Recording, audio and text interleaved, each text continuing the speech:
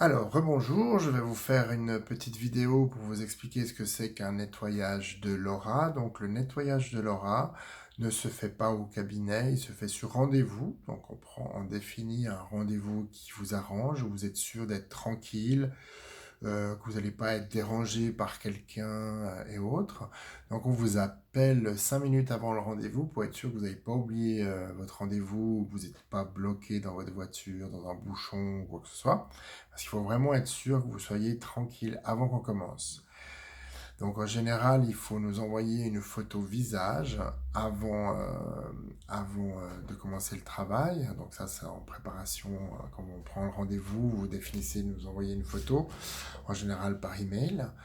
Euh, une fois qu'on a défini un rendez-vous et qu'on vous a appelé, on commence le travail. Ça dure une trentaine de minutes. Une fois qu'on a fini le travail, on vous rappelle pour faire un débrief de la situation, de comment vous vous sentiez, si ça va bien, etc. En général, ça a beaucoup d'effets, hein, le nettoyage de l'aura. C'est comme si, comment vous expliquer? L'aura, c'est comme si vous aviez de l'électricité autour de votre corps, en fait. Et si vous avez pris des coups dans la vie ou subi pas mal de problèmes, c'est comme si vous aviez des coupes-circuits. Donc votre aura ne circule pas bien. Bon là, je schématise un petit peu, hein.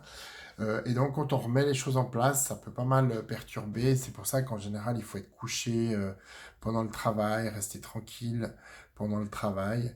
Et un jour après le travail, ça peut encore pas mal faire bouger les choses. Et c'est intéressant, quoi. C'est bien de le faire tous les 3 mois, par exemple, un nettoyage de l'aura. C'est assez intéressant. Ça dépend aussi quelle vie vous menez. Il y a des gens qui ont des vies très trépidantes, où il y a des gens qui sont très attaqués aussi, donc ça peut perturber l'aura.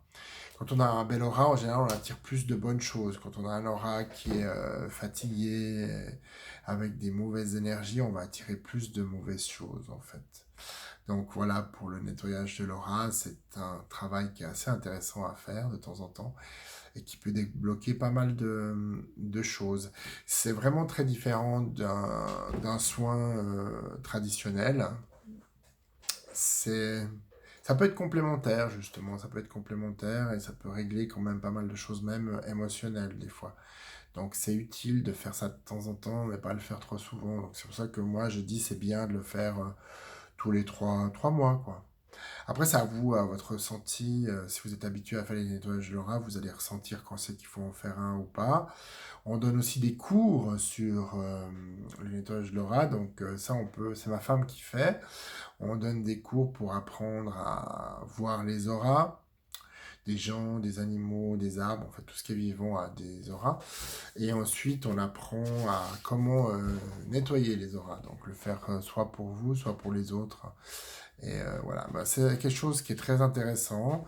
C'est quelque chose qu'il ne faut pas faire. Par exemple, une femme enceinte ne doit pas faire un nettoyage d'aura sur quelqu'un, c'est-à-dire comme soignante, hein, comme soignante, une femme enceinte ne doit pas le pratiquer sur quelqu'un. Ça peut être dangereux pour le bébé, surtout pendant les 3 premiers mois de grossesse. Voilà.